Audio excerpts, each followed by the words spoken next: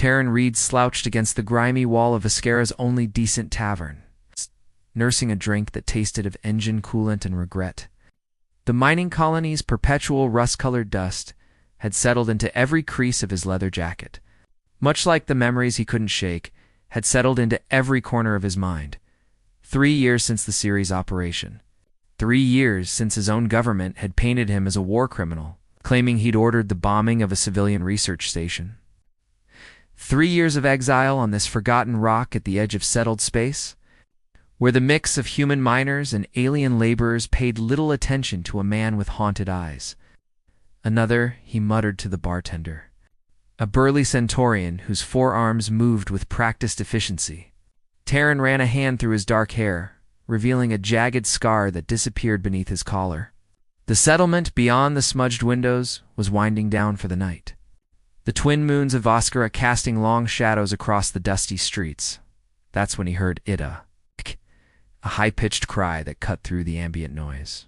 His military instincts dormant, but never truly gone, snapped to attention before his conscious mind could catch up, outside the tavern's back entrance, in the narrow alley that separated it from the supply depot.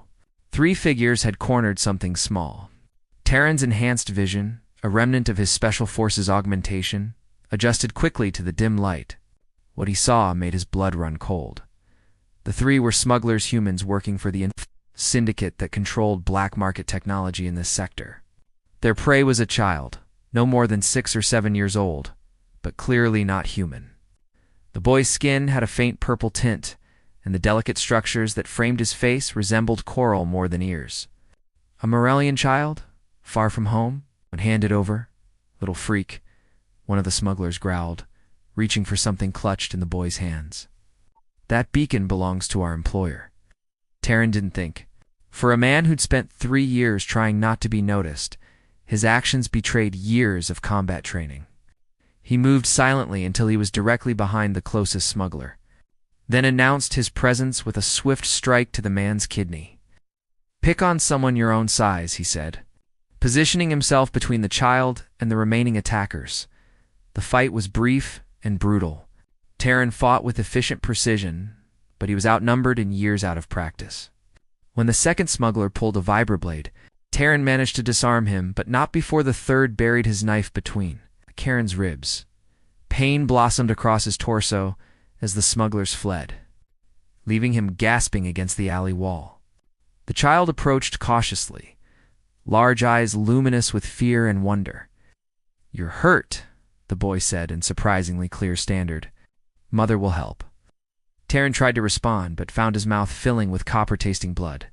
His vision darkened at the edges as he slid down the wall. The last thing he saw was the child activating what looked like an ornate bracelet, speaking rapidly in a melodic language Terran had never heard. Then darkness claimed him completely. Terran woke to the gentle hum of advanced medical equipment.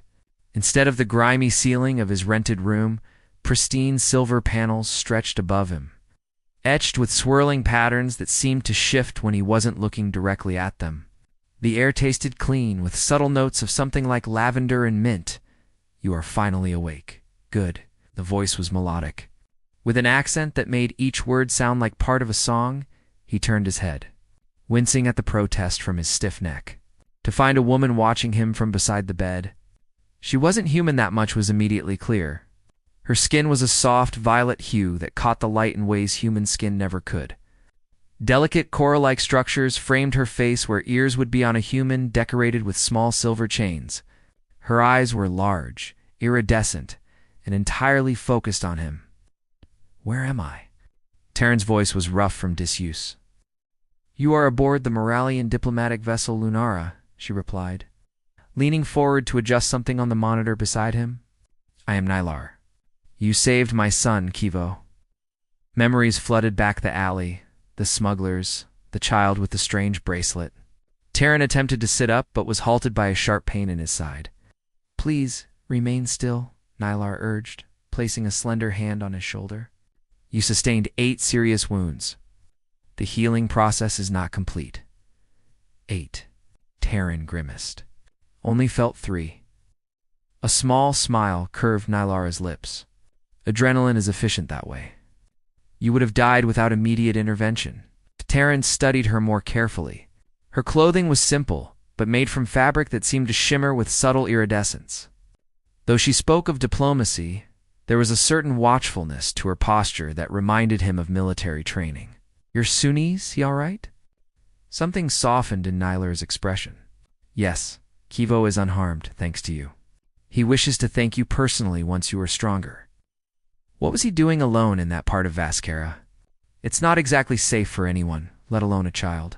Nylara's posture stiffened slightly. An unfortunate lapse in security. Kivo is curious. He slipped away from his guardians. Those men were after something he had. A beacon, they called it. "A family heirloom," Nylara said smoothly, though Taryn noted the slight tension in her shoulders. "Of sentimental value only." Before Taryn could press further, the door slid open, revealing a small purple figure who immediately rushed to the bedside. "You're awake?" Kivo exclaimed, his large eyes bright with excitement. "Mother, he's awake." "I can see that," Nylara replied with gentle amusement. "Remember what we discussed about indoor voices?" Kivo nodded solemnly before turning back to Taryn. "You fought the bad humans. You stopped their knives with your body.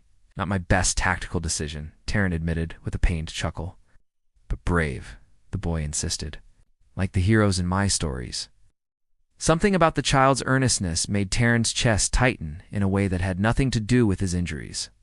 How long had it been since anyone had looked at him with anything but suspicion or indifference? "Why don't you let our guests rest?" Nylara suggested, gently guiding her son toward the door. "You can visit again tomorrow." As they moved away, Taryn noticed the subtle, protective way Nylara kept her body between him and Kivonot out of fear for the boy's safety. He realized, but as if she was hiding something about her son from his view. Just what had he stumbled into? Days passed in a blur of healing and unexpected companionship.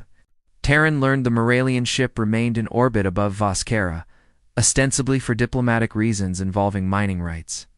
Nylara visited daily, sometimes with Kivo, sometimes alone. With each visit, the formal distance between them shortened. "Your recovery exceeds expectations," Nylara remarked one evening, as she examined the healing wounds on his torso. Her touch was clinical but gentle, her fingers slightly cooler than human skin. "I've always been a quick healer," Taryn replied, acutely aware of her proximity. "Military enhancements help too. Yes, I noticed evidence of genetic modifications." Taryn Reed, former Special Tactics and Reconnaissance for the Earth Alliance. At his surprised look, she added, "We conducted a background check. Standard procedure." "Then you know why I was on Vaskera." Nylara's hand stilled against his skin. "The official record states you ordered an unprovoked attack on a civilian research facility during the Ceres conflict." "The official record is wrong." Taryn's voice hardened. "That facility was developing biological weapons for use against non-human populations. My team discovered the evidence, but before we could report it, someone higher up destroyed the facility and pinned it on me." "You were a scapegoat," Nylara said quietly. "I was convenient." Taryn shrugged, then winced at the pull on his healing wounds. Better to blame one soldier than admit the Alliance had been funding illegal weapons research. Nylara was silent for a long moment, her iridescent eyes studying him with unsettling intensity. "I believe you," she finally said. "Why?" The question escaped before he could stop it. "I have some experience with political machinations," she replied cryptically, "and I have observed you with my son. A man who would risk his life for an unknown child is not the same man who would order the deaths of innocents." The next morning, Taryn was strong enough to walk the corridors of the Lunara with Kivo as an enthusiastic guide. The boy chattered about the ship's features, his knowledge surprisingly technical for a child his age. "And this is the communication center," Kivo explained as they passed a secured door. "Mother says I'm not allowed in there without permission." "Your mother is wise," Taryn commented. "Where is she now?" "Important call," Kivo said with the casual disinterest of a child. "With the council." Before Taryn could ask which council, the door slid open, revealing Nylara. Her appearance stopped him short.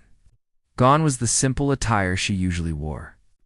Instead, She was dressed in flowing robes of deepest purple, adorned with intricate silver embroidery. A delicate circlet rested on her head, marking her as something far more significant than a mere diplomat. Her eyes widened upon seeing them. "Kivo, I thought you were in the learning center." "I wanted to show Terran the ship," the boy replied. Seemingly oblivious to his mother's changed appearance, Nylara's gaze met Terran's. Reading the questions in his expression, "Kivo, please return to your lessons. I need to speak with Terran privately." Once the boy had reluctantly departed, Nylara gestured Terran into an adjacent chamber. The room was small, but elegantly appointed, with a viewport revealing the rusty sphere of Voskara below. "You're not just a diplomat," Terran stated, the pieces falling into place. "No," she agreed. "I am Nylar Senvarik, senior counselor of the Moralian Coalition and advisor to the High Sovereign." "Why would someone of your rank be on a backwater mining colony?" Nylara turned to the viewport, her profile regal against the backdrop of stars. "The official reason is treaty negotiations. The truth is more complicated." She hesitated, then continued. "Kivo is special, even among our kind. His genetic pattern shows rare markers that appear once in many generations. He's important to your people," Terran surmised. "More than you know," she whispered. "And more than my own people know? If certain factions discovered his existence..." She left the thought unfinished.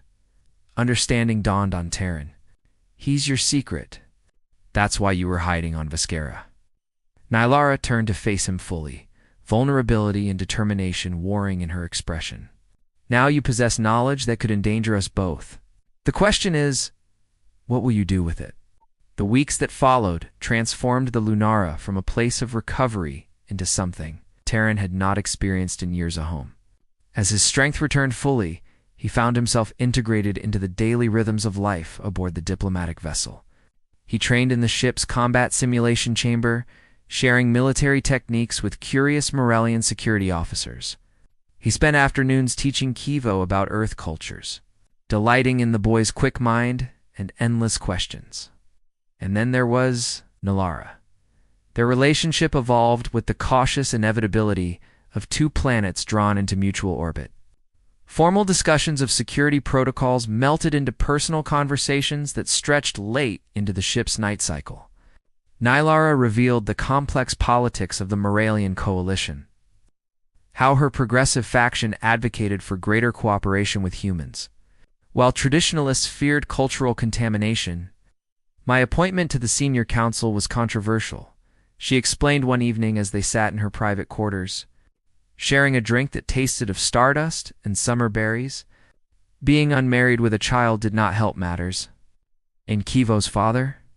Terran asked, immediately regretting the personal question. Nylara's expression remained serene, but her fingers tensed around her glass. "A political arrangement that ended before Kivo's birth. He has no claim on my son, nor interest in him. It's loss," Terran said simply. Nylara studied him with those iridescent eyes that seemed to see through all his defenses. "You care for Kivo. He's easy to care for. And his mother." The directness of her question caught him off guard. Morellians were typically reserved about personal matters, preferring subtle implications to open declarations. Terran set down his glass and moved closer to her. "On the curved seating arrangement, his mother," he said carefully, "is the most remarkable woman I've ever encountered, human or otherwise." When Nylar reached for him, her touch was no longer clinical or cautious, but deliberate. Her fingers traced the line of his jaw with gentle exploration. "There can be no future in this," she whispered, even as she leaned closer. "Our worlds are too different." "I stopped believing in futures 3 years ago," Terran replied, his hand finding the curve of her waist. "But I've started believing in presence." Their first kiss tasted of alien sweetness and shared solitude. Her skin beneath his fingers was smoother than human skin, the subtle luminescence that intensified with her quickening pulse. They moved together with the hesitant grace of two people rediscovering forgotten territories of intimacy, mapping the similarities and differences between their bodies with reverent attention. Later, as they lay entwined in the ambient glow of her quarters, Reality reasserted itself through an urgent communication alert. Neela reluctantly disengaged from his embrace, wrapping herself in a silken robe before activating the encrypted channel. The message was brief, but its effect on Nylara was immediate. Her posture straightened into rigid formality, her expression hardening into the mask of the senior counselor. "What's wrong?" Terran asked, sitting up. "The council has called an emergency session. They've discovered unauthorized communications from this vessel to Earth Alliance networks." Her eyes met his, no accusation in them, only concern. "Someone knows about Kivo and has informed Earth intelligence." "It wasn't me," Terran said immediately. "I know." Her trust in him was a gift he hadn't expected. "But someone on my staff believes your presence here is not coincidental. There are those who think you may have been sent to find us, the same people who framed me." The irony was bitter on his tongue. Precisely. Lara's fingers flew over the communication panel. "We leave orbit within the hour. I've been recalled to Morelia Prime." "And me?" Terran asked, already knowing the answer. "The council will expect me to leave you behind." Her voice was cool and formal, but her eyes told a different story. "I have no intention of complying." The Moralian capital rose from the surface of the aquamarine planet like a dream carved from pearl and living crystal. Massive structures spiraled skyward, connected by graceful bridges that glowed with bioluminescent light as the planet's twin suns dipped below the horizon. Terran watched from the observation deck as the Lunara approached the spaceport, aware that he was likely the first human to see Moralia Prime in over a decade. Relations between Earth and the Moralian coalition had deteriorated since the series. Conflict, a fact that made his presence here all the more precarious. "Impressive, isn't it?" Kivo's voice pulled him from his thoughts. The boy stood beside him, practically vibrating with excitement. "I haven't been home since I was very little." "It's beautiful," Terran acknowledged, resting a hand on the child's shoulder. "Will you stay with us?" Kivo asked with disarming directness. "Mother says it's complicated, but I think she wants you too." Before Terran could formulate a response, Nylara entered the observation deck. She had resumed her formal council attire, but the circlet she wore now was more elaborate, marked with symbols of her house and rank. "Kivo, please join Terra in preparing for arrival," she instructed, naming the boy's caretaker.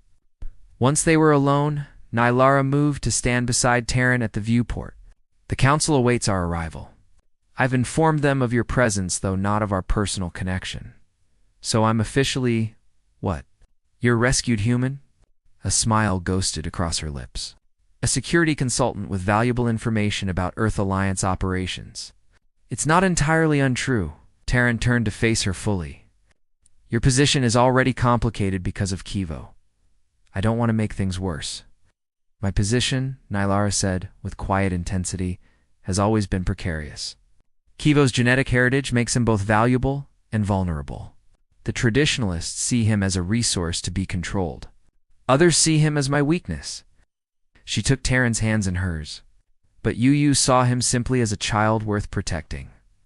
The ship's subtle vibration changed as they entered the final docking sequence. Time was running short. "There's something I haven't told you," Nylara continued. "The beacon Kivo carried, it wasn't merely a family heirloom. It contains genetic verification protocols and succession codes. Those smugglers were hired to acquire it by someone who knows what Kivo represents. Which is the future." Nyara's eyes held his steadily. "His genetic pattern carries markers that appear in our legends, the Dawn Child who will bridge worlds and bring a new era." Terran processed this information with growing concern. No pressure for a 6-year-old. Indeed, her attempt at a smile faltered. "The council will present him formally within days. Once his identity is revealed, the danger will increase exponentially. Then we need a plan for his protection." Terran's military instincts surfaced. Already cataloging potential threats and countermeasures, the ship completed its docking procedures with a final gentle shudder. In the distance, a reception committee was visible through the viewport, their formal attire marking them as high-ranking officials. "Whatever happens next," Nylara said quietly, "know that you have given us both something precious." "What's that?" "Trust," she replied simply, "and hope."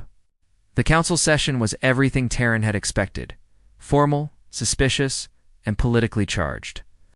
He stood before the semicircle of Moralian counselors, feeling their scrutiny like a physical weight. Nylara sat among them, maintaining professional distance despite the lingering memory of her skin against his just hours earlier. He recounted the events on Viscara, then detailed what he knew about Alliance intelligence operations near Morelian space. When questioned about his disgrace, he told the unvarnished truth, noting how several counselors exchanged meaningful glances. The session had just concluded when the chamber's massive doors burst open. A contingent of Earth Alliance officers entered, led by a face Terran had hoped never to see again, Commander Elias Voss, the man who had ordered his court-martial. Counselors, Voss announced with practiced diplomatic charm, "We come with an urgent security matter. We have reason to believe you are harboring a wanted criminal, Terran Reed." "This is an unauthorized intrusion," one of the elder counselors protested. Voss smiled thinly. "On the contrary, we were invited by members of your own government who share our concerns about certain political developments." Terran caught Nylara's eye across the chamber. Betrayal from within, just as she had feared. Additionally, Voss continued, his gaze fixing on Kivo, who sat in a small alcove to the side. "We have intelligence suggesting a biological threat may be present. For everyone's safety, we insist on conducting tests on the minor child."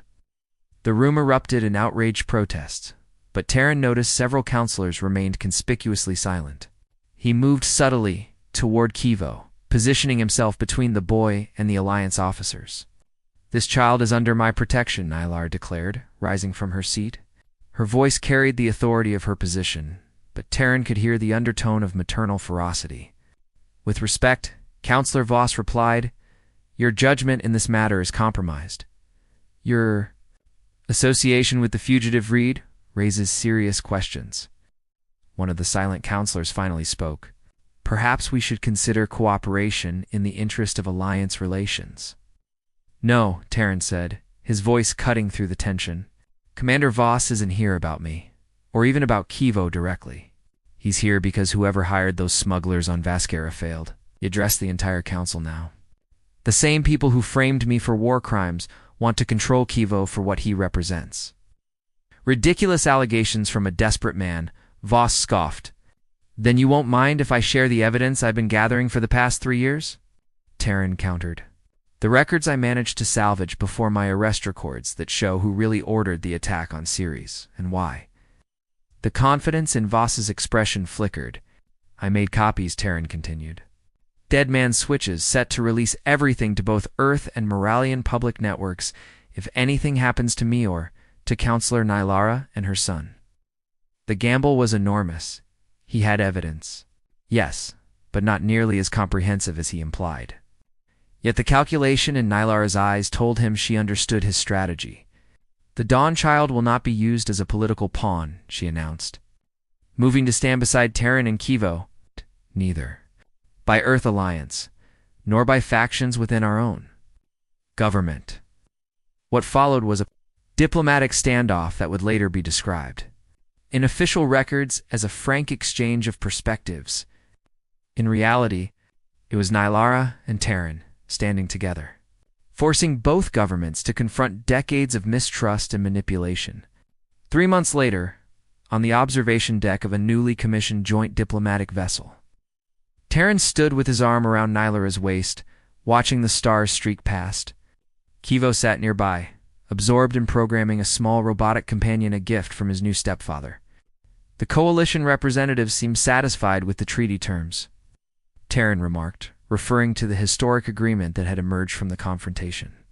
"They should be," Nylar replied with satisfaction. "Peace with dignity was always the goal. In Kivo will grow up knowing both worlds, as is his destiny." She turned in his arms to face him. "The legends never specified that the Dawn Child would bridge our worlds alone."